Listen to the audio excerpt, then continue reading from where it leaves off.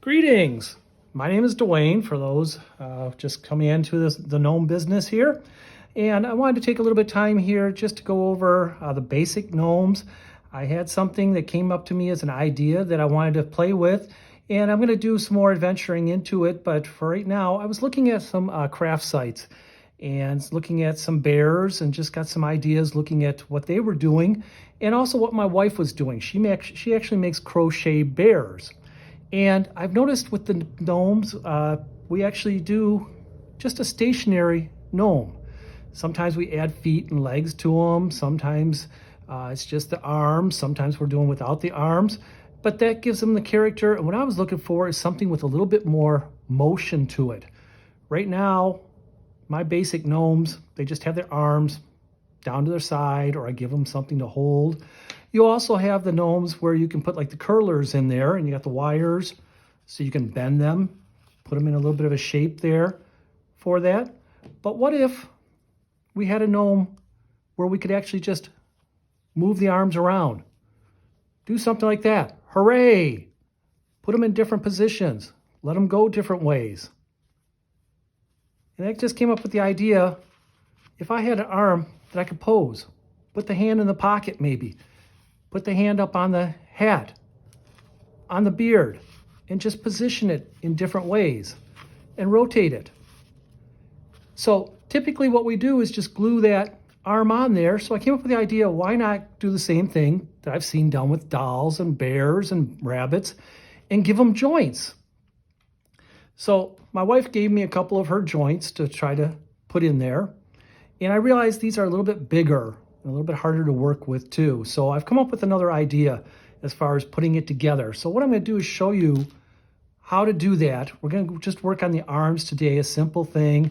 And I'm going to go with just using my felt patterns.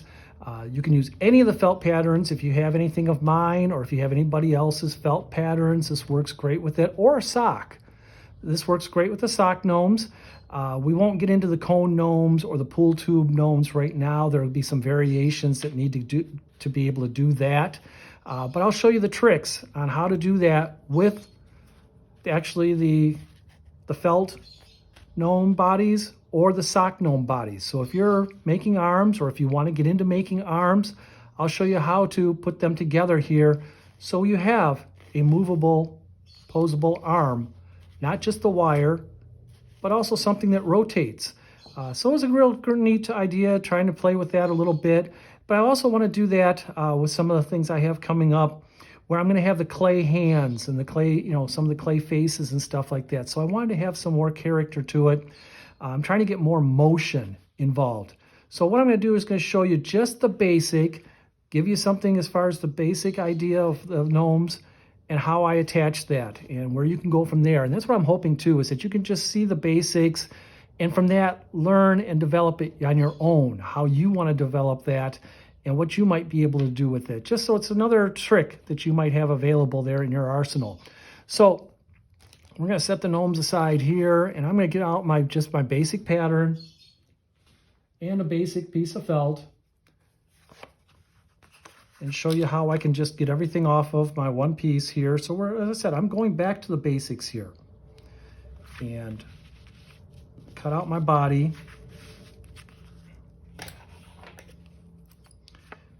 And this is just to show as far as how to use the felt. And for those who are beginning, I'm trying to keep it basic, but those who have been doing this for a while, you have the creativity. You're the ones that are really getting involved with doing different things. Eventually what I want to do is create a gnome that not only can the arms move, but the legs move. So I can have a gnome that you can actually sit or stand. So it can be in a sitting position and then the legs move and stand up. That's the eventual progress that I'm looking for. But today we're just going to concentrate on the arms, and some of you might even figure out how to do more or even improve on this just once you see the basics on how I do it. So here all I'm doing is cutting out my body, my base, and again I'm just doing this to show that I'm just doing the basics here again. Cutting you down there. So what I would do here is I can either glue right down the side there or sew it. And same thing with my base, just glue or sew on the bottom there. So I'm going to grab one that I've already put together here. Trying to move this along. And I've also put a beard on here. My basic beard, just because I know I'll get questions here, I do 3 inches across and 4 inches down the center when I'm cutting out the beard. And there are other tutorials that show how to cut out the beard too, just on the back side, but just to get you going there. And as you can see, I've already attached one of the arms here. What I'm going to do, is take this and show you. I've cut out the body, I've cut out the base. I still have the strip across the top here. And that's what I'm going to use to make my arms with. And I'm just going to cut off the excess. And I'm actually going to show you how to do it with the rollers here first, because I know a lot of people are getting involved with the rollers. These are just the Dollar Tree rollers. You can also get them on Amazon. They come to six to a pack there from the Dollar Tree for $1. They have the white caps on them, and they have the wire in there. I take the white caps off, set them aside. Of course, can always use those for buttons or something else in other projects. And what I'm going to do is just cut that roller in half.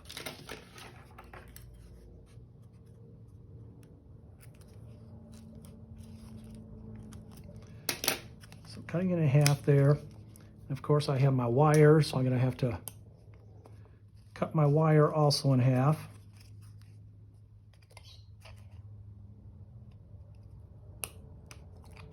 There we go.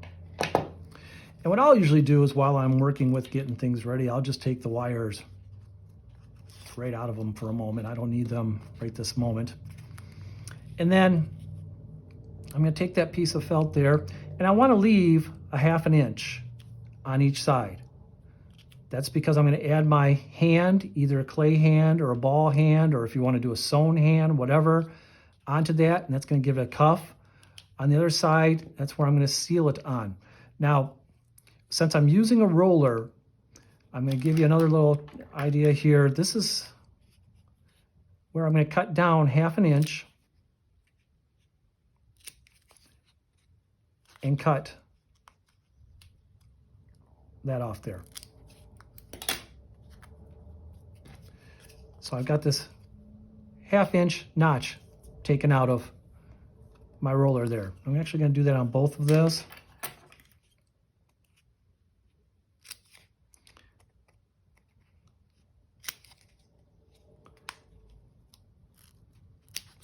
And here's the reason why. Let's go back to the joints. What I am using, instead of using those dowel joints, that are bear joints that you can get, what I use are the eyes. These are animal eyes. You can get these at Hobby Lobby, Joann's, you name it, Michael's, online, any of the craft stores. These are the 12mm eyes, and they come in a 16 pack. As you can see, I've gotten a couple places for $1.99 each. So you got 16 in there. This is the eyeball and the back. And I've used these for several other projects, for other felting projects and everything. And what's going to happen is I'm going to have this notch that's going to go down into. So just to give you an idea to start out with, that's why I notch that. We'll play with that in a moment. So here I get my felt. As I said, I want to have a 1/2 inch on each side.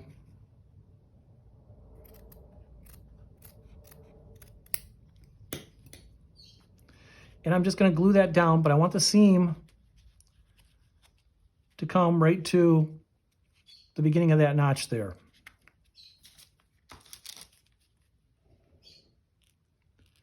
And just grabbing my SureBonder glue gun, because I always get somebody asking what type of glue gun I'm using.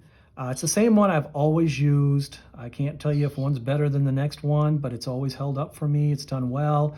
I leave the glue on low temp, especially anytime I'm doing like the rollers or the pool tubes or anything.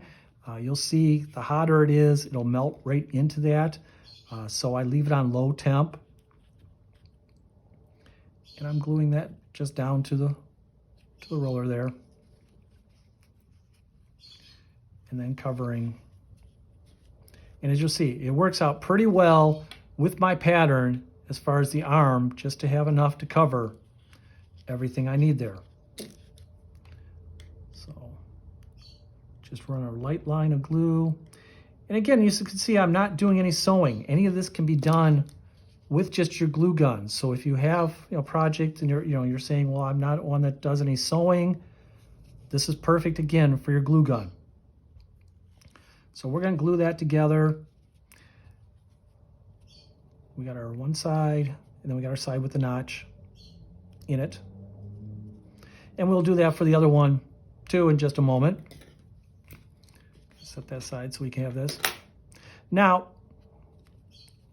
when I do this, I do a right and a left one.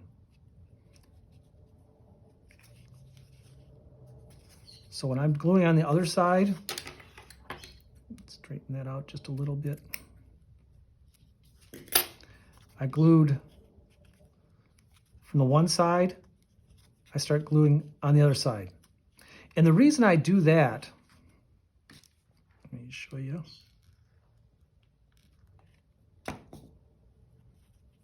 is because I'm actually going to have a right arm and a left arm. Normally it doesn't make a difference. I would tell you, you can do it any way you want, but with this, you're going to find that it matters where the seam is. I don't like my seam showing, so I would rather do something where my seam is actually hidden behind.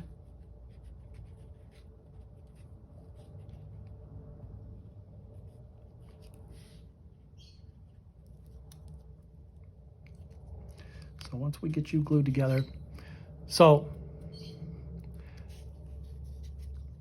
where is it go? Here we go. All right.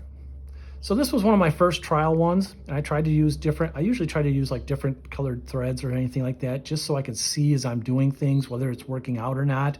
And as you might be able to see, you could see the threads in there, which is what I wanted to find out if I put where I put the placement. So I learned from that one that I want to be able to have the seam show up in back. So what I've done here is I've taken it so I can take and put this in here. And here's the trick. And I'm going to say that probably several times because I do this a lot. These are the 20D 4-inch common nails. You can pick these up anywhere, any of the hardware stores, any of your Lowe's, Home Depot, anything like that. I use these a lot actually with my other gnomes, especially the clay gnomes. I haven't gone into that yet, but I've done things with the foam and the clay, and with the aluminum foil that I end up using a lot of these, especially in the legs. And that's one of the tricks I want to show you eventually too. So what I'm looking to do with my nail here is where I've got the notched out, I'm making a hole right in the center there. And these work real well just to poke a hole into there. You might have to twist a little bit, but you'll get your hole, and it's just the right size too. So I've poked a hole right through there.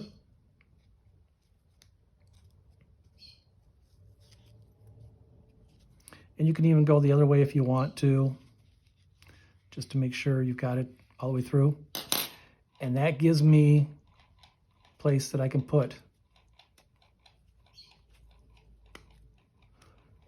my little pivot there. So there, that's why I put the notch in there. So I have a space that I can put that in there. Then once it's in, I seal that. I put some hot glue just down in there. Try not to put too much because I don't want to have it just spit out the top.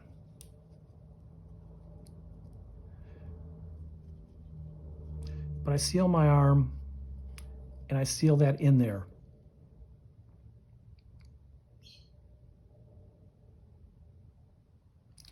Now, I could tell just by putting this together that this is my right arm. And how I know that is if I go to put this on this side here, on the left side, I have my seam facing out. So this would be my arm for this side over here. So now I make this one. I'm going to put it in there. And again, now you'll see my seam is in the back. So that's why I say you're going to have a right arm and a left arm. So if you're doing that with the rollers, you want to make sure you're doing one side and then the other.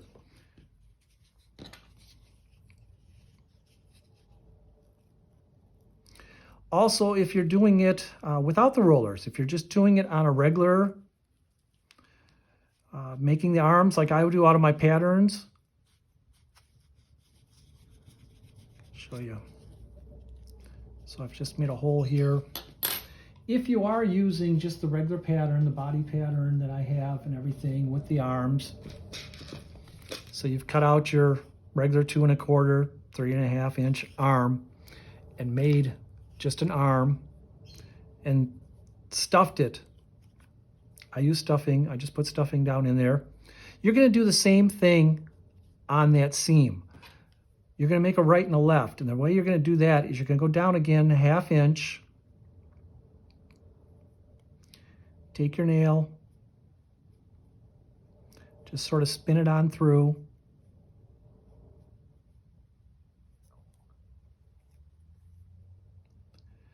Now, you can try if you want something sharper, if you want to try like your scissors or something like that. That will poke a hole, but I found that the nail gives me the right size. It also is sharp enough. It's not going to cut me or hurt me or anything like that, but it is going to go through my felt. So here I have it on the right side of my seam. I'm going to need another one on the left side of the seam. And again, the reason I do that is so my seams don't show, they're in the back rather than in the front when I attach it. So once I get that through,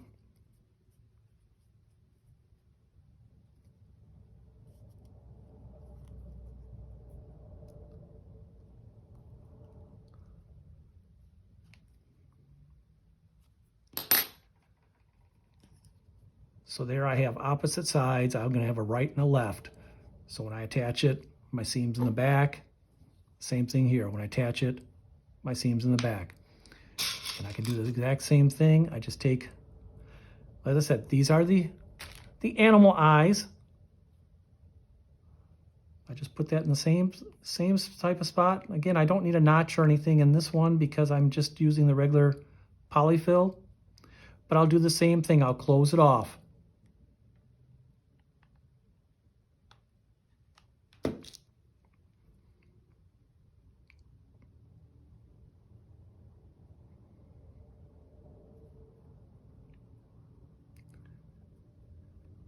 And as I said, if I were to put it on this side here, you're going to see the seam come out on the front. So obviously it's going to go over on the other side. Again, just little tricks I want to, let you see that come up with. I've learned from just making them, building them here. Grab another little eyeball, poke it through there.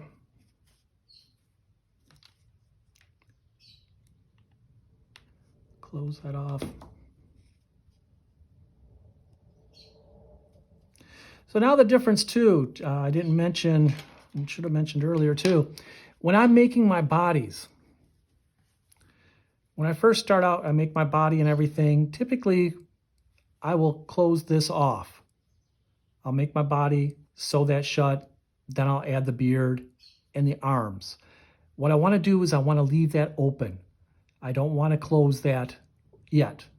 So once I've sewed the body up, got the base on, I leave my top open. So that's very important, so you know that, because that's how we're gonna work on attaching the arms, is by having that open.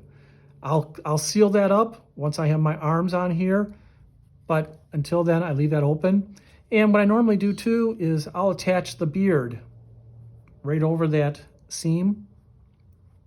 And the beard comes down about an inch, inch and a quarter there. And as I said, I got 3 inches because I like to attach it first on here because I know my arms are going to go right there where it comes on the intersection there, where they come together. So I just run glue right down there.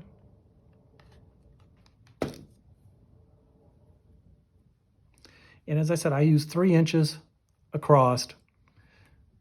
So I know I have like about 1.5 inches here on each side, and that's where my arm's gonna go, is right where they come together there.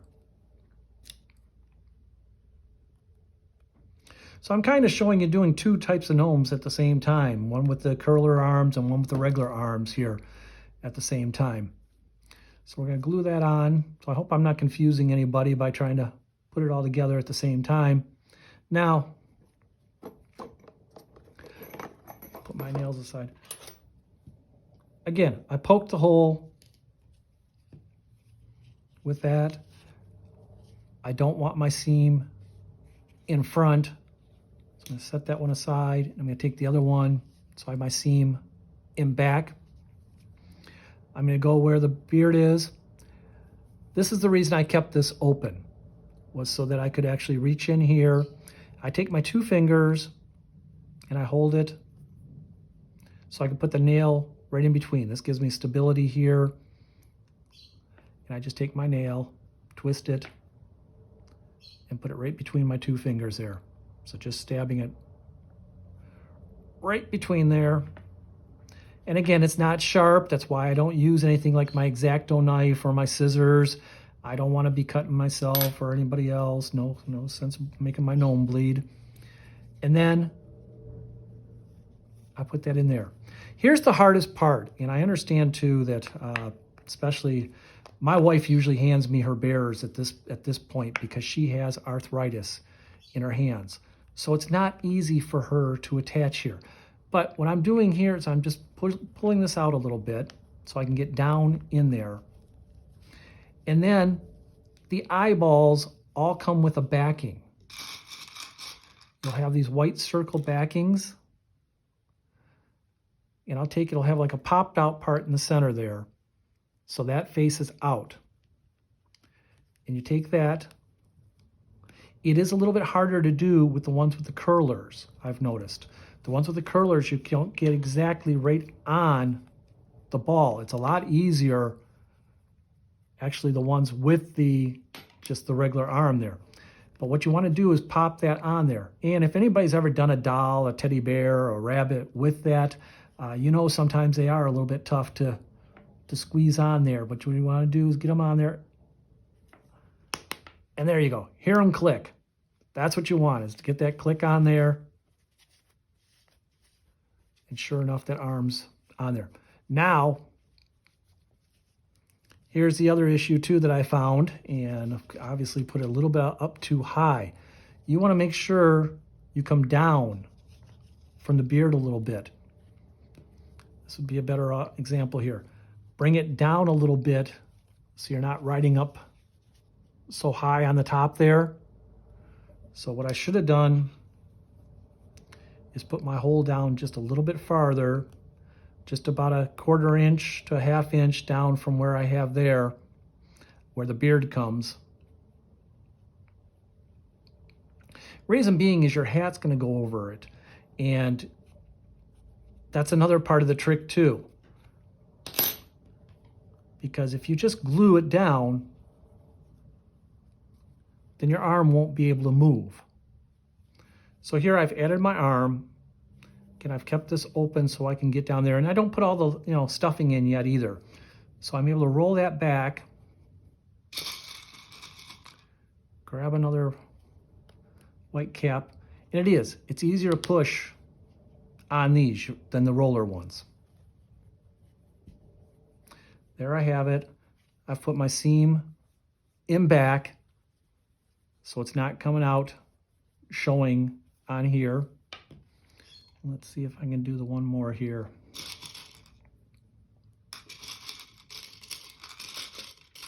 Gotta find me a good eyeball. I use these eyeballs for several different things, and sometimes I just use the tops,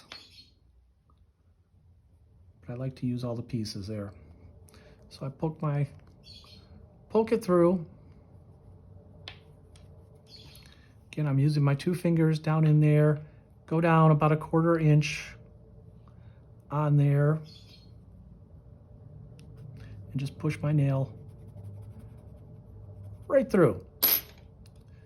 Once we're through, maybe I'll put that in there, roll that up.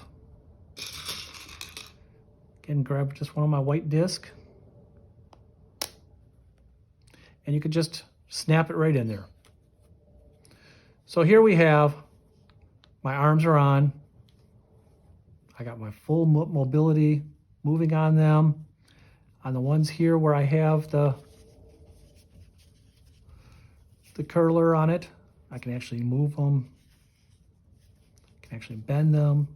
If I wanted to have them holding something, I can do that, but that gives it mobility. Like I said, I rode that one up just a little bit too high. Should have come down lower here. But we learn from our mistakes. So now all I'm going to do is finish stuffing this.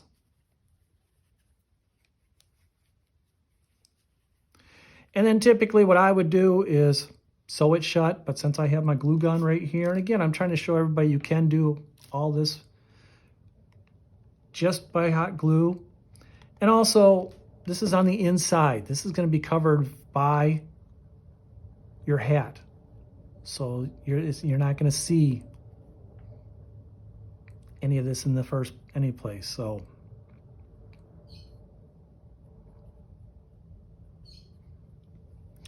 now all I have to do is pick out a hat. Well, a hat and a nose, of course. So I can pick out any type of design of hat I want to put on here. If I'm using just a little floppy hat, put some stuffing in that one. Again, I can put it on there, put a nose on there. But what I want to do, let me grab another hat. Just to show you, I'm going to put a bigger hat on him. I like to fold things down again. I'm trying to cover up my seams all the time, but this time I want to just give him a nice long hat here. So I'm going to put my seam in the back there, added a little bit more stitching character to it on the sleeve there. I'm going to put some glue on the back here. Now I don't glue all the way over to the arms. I want to make sure I'm just along the back there.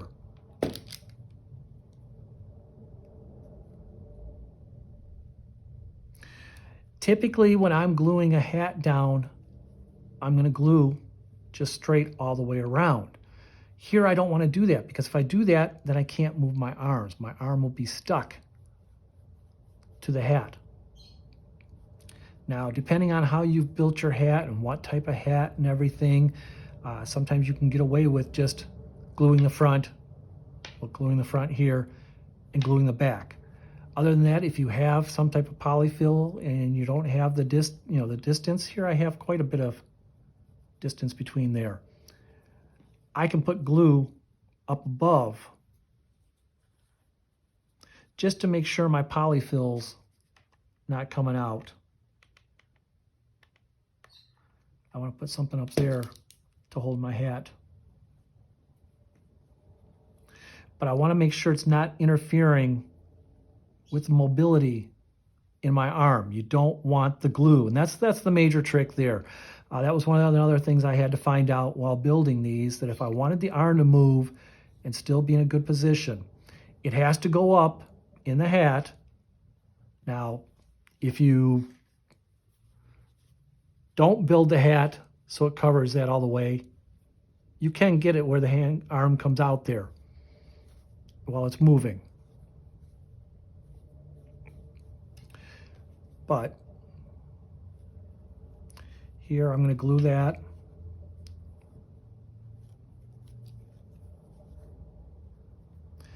Now again, glue in the front.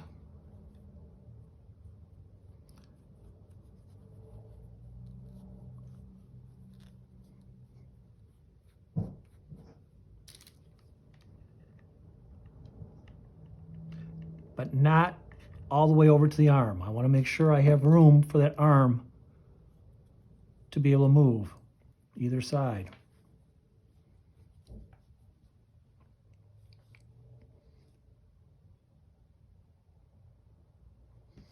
So glue that down. And again, I have a posable arm.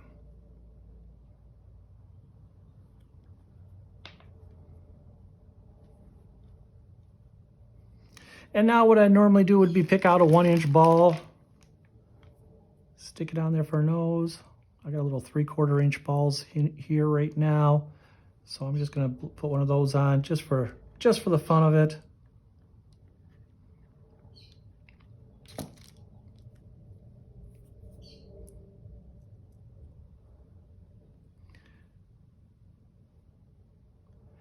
Give them a tiny nose. So that's the trick. Even if you're building on where you're doing a coat, this was the same type of thing. I just actually put the coat on and then did the same thing with the arms. I put the arm right through into there. I could make another arm using the same material and put it right through the coat. And that way the coat has an arm. And that's what I was thinking too, along as far as Christmas coming up. Everybody's, I know this is only June right now, but we're already looking at the fall and Christmas gnomes. And I was actually in Hobby Lobby yesterday, and they had 2 or 3 Christmas aisles already out. But this is the idea too, that I could just make a coat, even like a Santa coat or something, just a display type coat here. And I could put an arm on my coat, and once again, come up with a hat. This is just my simple hat. I like the simple hat with this idea too, because you got the flaps that cover. I've always liked the V in the back there too. But you got the flaps that cover, and you got an arm that's movable. So that's my latest idea. That's the latest fun I've been having. This is something, I went back to the basics just so I could learn how I can make something movable. The tricks of that, I like to use the animal eyes just because they are smaller to be able to fit in there. The trick of making sure I have a right arm, a left arm, as I showed you, not putting it up too high, making sure I'm bringing it down about 1/4 inch to 1/2 inch there at the beard there, just to give you an idea. And then just gluing on the back and on the front, not gluing across the arm when you're putting the hat on. And if you have to glue above the arm there. So those are just some of the tricks. I look forward to everything that you guys do as far as embellishing them, making things from there. And that's where my goals are right now, are when I'm working with the gnomes, is to make something that is more lifelike, more movable, more something that, rather than just the standing stationary gnome, which I think we all are just at the point where we're trying to keep advancing and coming up with something new. One of my next ideas is actually trying to work with the cones and coming up with something with the legs. And somebody else might actually do that before me, is coming up with the legs. I've seen a lot of people who are doing more things with crochet and sewing, some beautiful stuff out there. I love to see the stuff in the gnome groups, the things that you're doing. And it was fun actually to get back to the basics and just to play a little bit. So bye-bye everybody, and thank you.